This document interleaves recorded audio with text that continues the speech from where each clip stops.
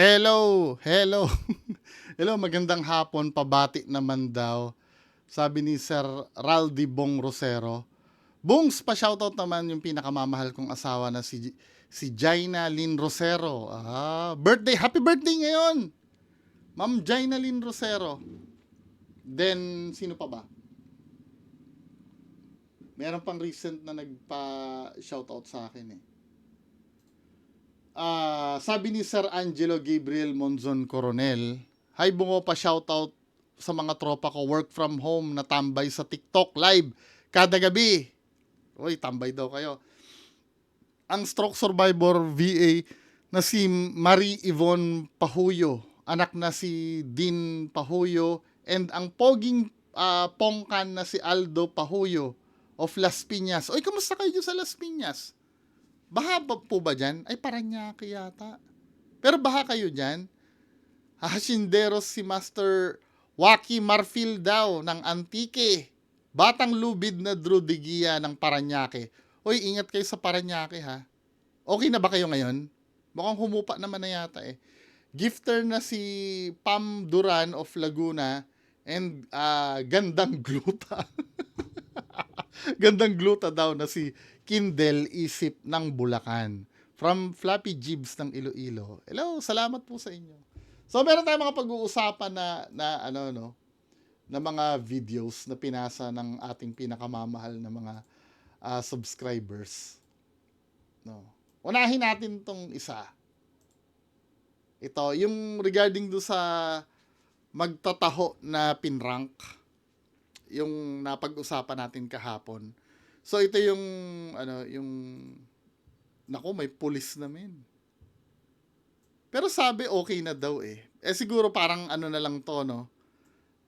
Late upload na lang ba? Or late lang natin nalaman. Sige, panoorin natin. Nauwi sa usapin ng posibleng paglabag sa cybercrime at karapatan ng isang simpleng magtataho matapos itong kuha ng video at i-upload sa social media nang hindi umano nito batid na bahagi pala ng isang prank ang ginawa sa kanya. Sa panayam kay Tatay Oscar Asis, 59 anyos. Iba talaga yung feeling kasi eh. Diba? Oo, at first natawa ako. Kaya lang, diba? Naramdaman ko kasi yung hiya din.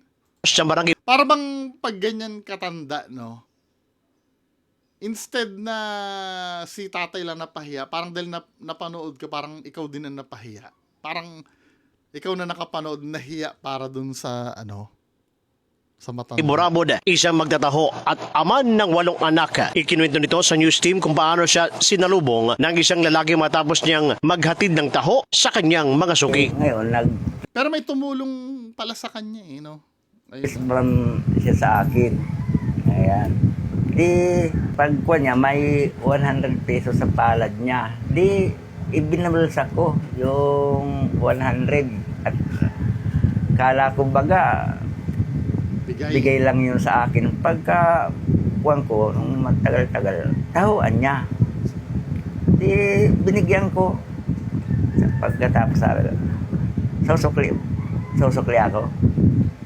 Oo naman niya. Yun ang kuwan ginawa sa akin. Kung sa kuwan pa kayo, parang nahiya ako sa kanya at ang sa isip ko ay... Kasi may video nga naman. Bini-video eh. Diba?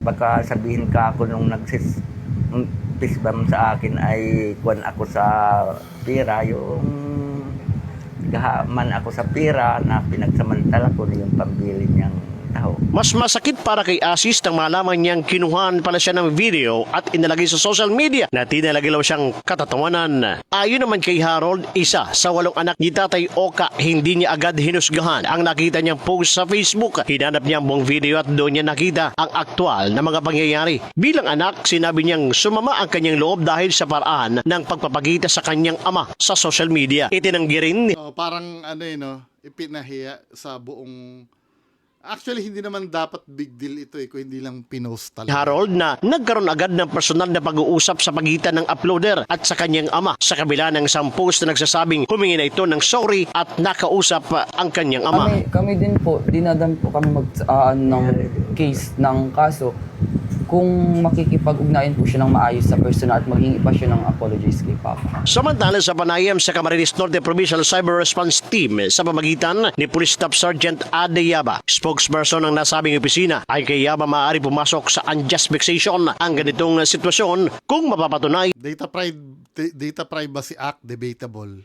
ang sinadya ang pang-aasar o pagpapahiya sa biktima. Aniya, hindi lamang ang mismong ginawa sa video ang dapat tingnan kundi pati ang intensyon sa pagkuha nito, pag-upload at paglalagay ng caption o pamagat na maaring makapagpahiya sa isang tao. Nakakalungkot lang na parte doon na ginawa nung uploader, ginawa niya ang katatawanan si tatay. So, maaari pong pumasok ang kasong iyon sa unjust vexation. Kasi po, kung sinadya niya, pero sinadya niya talaga na Oo nga, sila. asaran si tatay. Oh, dahil gumaganon-ganon pa siya. Tsaka vinidyo niya. Hindi naman yung Kasi nga, kinuhaan niya ng video, in-upload niya pa at sinabi at may caption pa doon na akala niya bibigay ko sa kanya, parang gano'n. nilagyan niya pa ng title na humingi pa ng sukli. So masyadong na-deprive po yung karapatan ni tatay bilang tao at bilang naghahanap buhay ng simple lamang. So Ilang minuto matapos ang panayam Ang tanong, minor pa ba yun? Baka mamaya issue na naman yung pagiging sa mag-ama at sa cyber response team, muling nakipag-ugnayan ang pamilya ni Tatay Oka Asis sa news team. Matapos umanong gumawa ng paraan naman ng uploader na kinilalang si Haris Reynaldo upang magipag-ayos sa kanila. Iminungkahi ng news team na sa barangay na lamang isagawa ang pag-uusap upang maging maayos at ligtas ang proseso. Nakipag-ugnayan agad ang news team kay Barangay Captain Glenn Chris Bukalig kung saan tuluyang nagharap ang magkabilang panig. Bagaman tumanggi ang uploader na magpa-interview, humingi ito ng dispensa sa pamilya Asis at inamin ang kanyang pagkakamaling nagawa. Napagkasunduan din na magpalabas ang uploader ng public apology sa social media. Humingi ng paumanhin sa pamilya ni Asis at sa buong netizens na nakapanood at naapektuhan sa naturang post. Buti mabait yung anak, boy. At ginawa naman niya ito. Kung sa ibang tatay ginawa yan. Kaya lang hindi ko lang nagustuhan yung banat mo dito na ay, mubo na tayo, hindi 'Di ba? Marami kasi na-open dun sa ginawa mo. Kaya tanggapin mo na lang kung anong sasabihin. Huwag ka na magmaangas din. Guys, bago ako magsimula, gusto magpasalamat sa barangay ng Burabod at sa lalo na doon sa kapitan nila. Dahil sa kanila nagkaayos kami ni tatay, tapos doon sa brigada na din, salamat. And guys, okay na kami ni tatay dahil doon napag-usapan na namin yung lahat na mga nangyayari. Pasensya na din sa pamilya ni tatay at sa mga naapektuhan. Sa mga pamilya ko din naapektuhan, pero laban lang. Sa ngayon, mas pinili ng pamilya Asis na bigyan ng pagkakataon ng pag-aayos sa halip na magsampa ng kaso. Ayon sa isa sa mga anak ni Tatay Oka, kung ang Diyos nga niya ay nakapagpapatawad, tayo pa kaya na tao lamang. Mula sa simpleng biro na sa kahiyan at muling lumutang ang paalala ng cybercrime. bago po tayo mag-upload ng mga video, tiyakin po natin na tama po yung ginagawa natin, na yun ay kapupulutan ng aral at hindi po gagawing katatawanan po ang inyong mga Swerte mo, ang bait ng pamilya, boy. Kung ibang pamilya yan, ako. Next. Ito, nagva-viral din to si Kuya. Kuya ba or ate? Sige, play natin.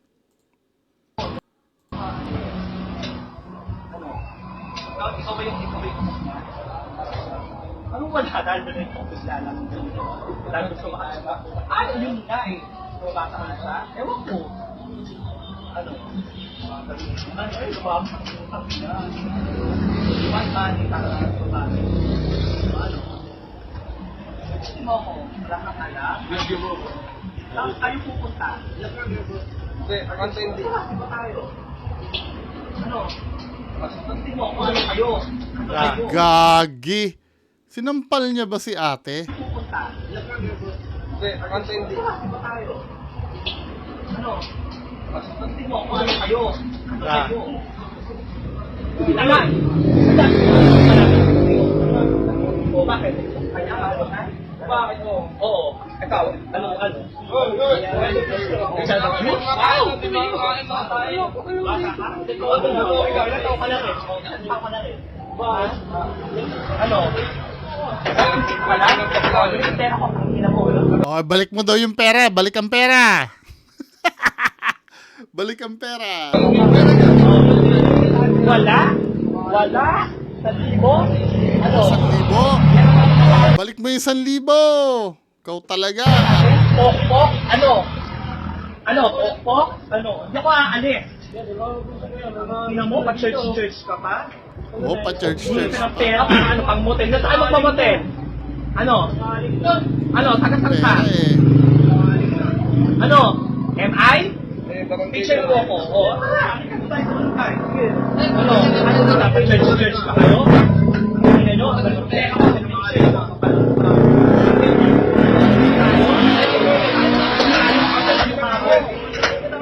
Talaga kuya. Wow! Alam mo ka mo. Ba't ako aalis? Ano? Ano? Alam mo ka mo? Pati yung taga-church. Pinantan ka na, kuya. Ikaw ba yun? Malaking sinasabi. Reklamo mo na lang siya. Reklamo mo na lang po talaga. Go! Reklamo mo! Go! Talo ka dito, sir, na nang aaway kay kuyang bata. Yari ka. Paano kung minor de edad pa yan, di ba? Yan ang saksi mo. Papabasa ko na yung chat. Woohoo! Sulit mo lang sa go. Para lang. Huwag kayo pumunta sa church. Talang barangay ka. Tama. O, tama. Napali. Kayo lang pali. Halika, lumabas ka dyan, hoy. Ano? Sakay magmamatayan. Lega parkin. Kami ka makalabas. Ano? Alam mo, ilang babae ka niya, ha? Ano? Ano? Wow, ako pa nataksin nga ni Carmelo. Alam mo, taga-shop yan. Kausap ko na rin niya, galing ako sa bahay nila. Naku, kausap pala yung nanay mo, boy eh. Bakit ito nagagalit sa akin? Because of you. Landi mo, no? Ano? Ano ba gusto ko? Ano? Oo, hindi na lang ko tama. Di ba nasa-send ako because of you? Like, bato ako ng dating. O ano? Di ko din alam bakit. Sakit naman ng people, no? Balik yung pera ko, ina mo. Oh, Alaw, tapos... Ayan, ito mo. Di ba ang yamang? Wala. Ungol. Kita-kita naman ay pera, balik mo. Nagasap ka, girl? Nagasap ka? Ha? O, bibigyan mo. Bigyan mo. Sige, okay lang. Pakingat kami. So, gusto nito maging famous. Ang daming babae nito. Ay, mo ba? Ikaw meron naman. Ay, ikaw yung pangalan ko. Pangkina naman. I love you. Ano ba? Ano ba? Ano ba? Ano ba? Guwapo kasi, di ba? Amin mo yan. Guwapo. Di ba? Yun ang accent. Guwapo. Pero wala pa rin siyang laban dyan. Oo, tama. Minor ito eh. Feeling ko lang. Ito men, ano ba nakalagay sa comment section?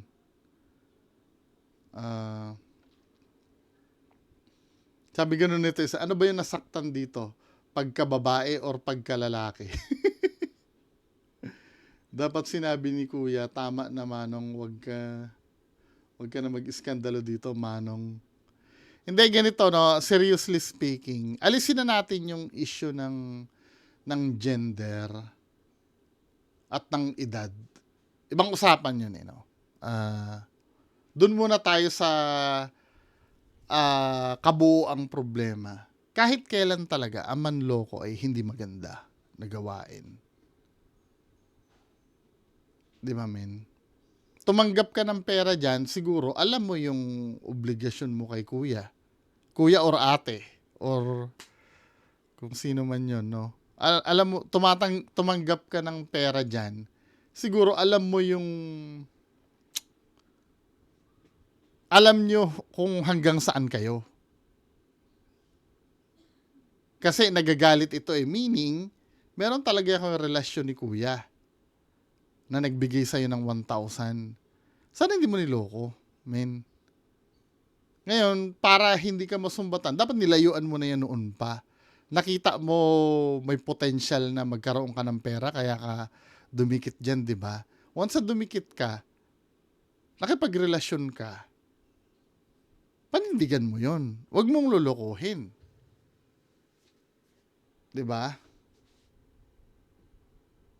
Kaya magagalit to. Now, do sa ibang para kay kuyang naniningil ng pera.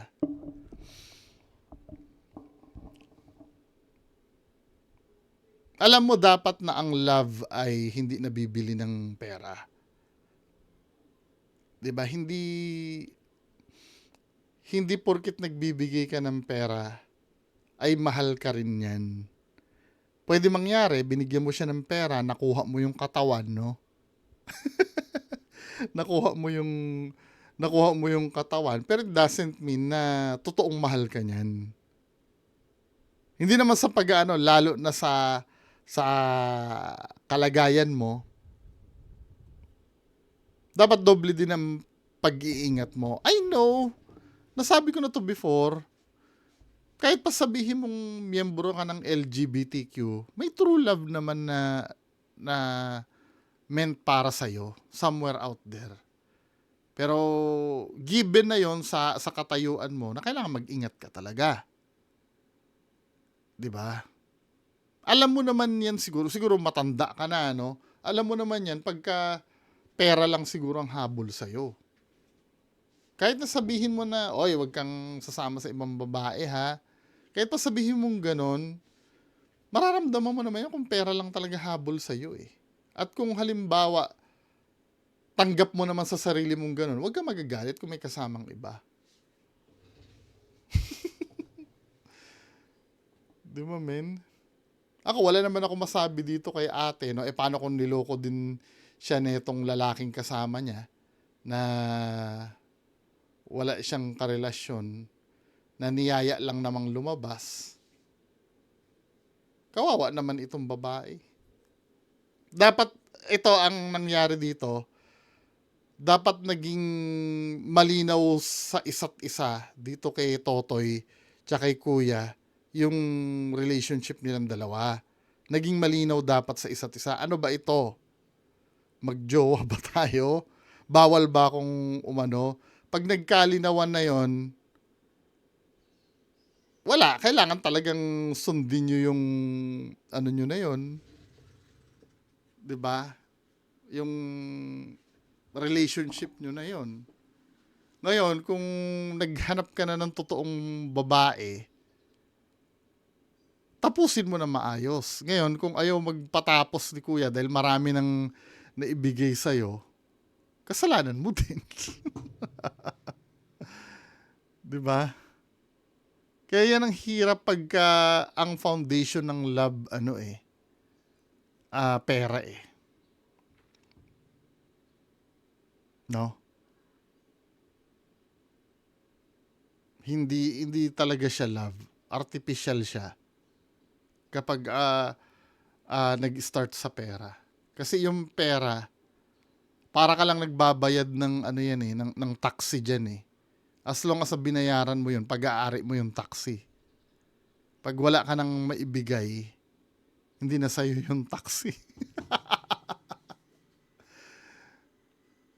Pero mag-iingat ka, kuya. Feeling ko minor ito, mas malala ka. Alam ba, yung paano-ano mo na pabarangay-barangay mo na sinasabi, yung paganyan-ganyan mo, mas pwede ka mayari dyan. Kung ako nga dito kay lalaki, tinuloy ko yung barangay. Tinuloy ko yung barangay para kung gusto mo na talagang kumawala dyan. 'Di ba? Ito, feeling ko itong babae, wag mo nang asahan ito. Na trauma na ito eh. Hindi na ito sasama sa'yo. Mukhang galing naman sila sa school, parang naka-uniform sila, nakaputi. Tama ba? Parang may activity sila sa school, nakaputi sila parehas, tapos nakamaong. Tama ba ako? Nakabag din sila parehas. Baka naman nagkasabay lang kasi sa ano. Kaya lang, oo nga naman, ano, pag magkasama, ano pa ba meaning babae at lalaki magkasabay? Ano yung mag-best friend? Ulul. Anyway, proceed tayo sa last video. I think last video na to. Ano to? Itong pinasa sa akin. Ang mahal na ng gasolina, dinadaya pa. Anong... Layo. 1 liter. Etong lagayan, 1 liter. Dapat puno to eh. Ah, Dapat puno to ano. Oh, tingnan mo yung 1 litro nila. Oh. Kahit hanggang dito lang muna oh. Wala ba rin?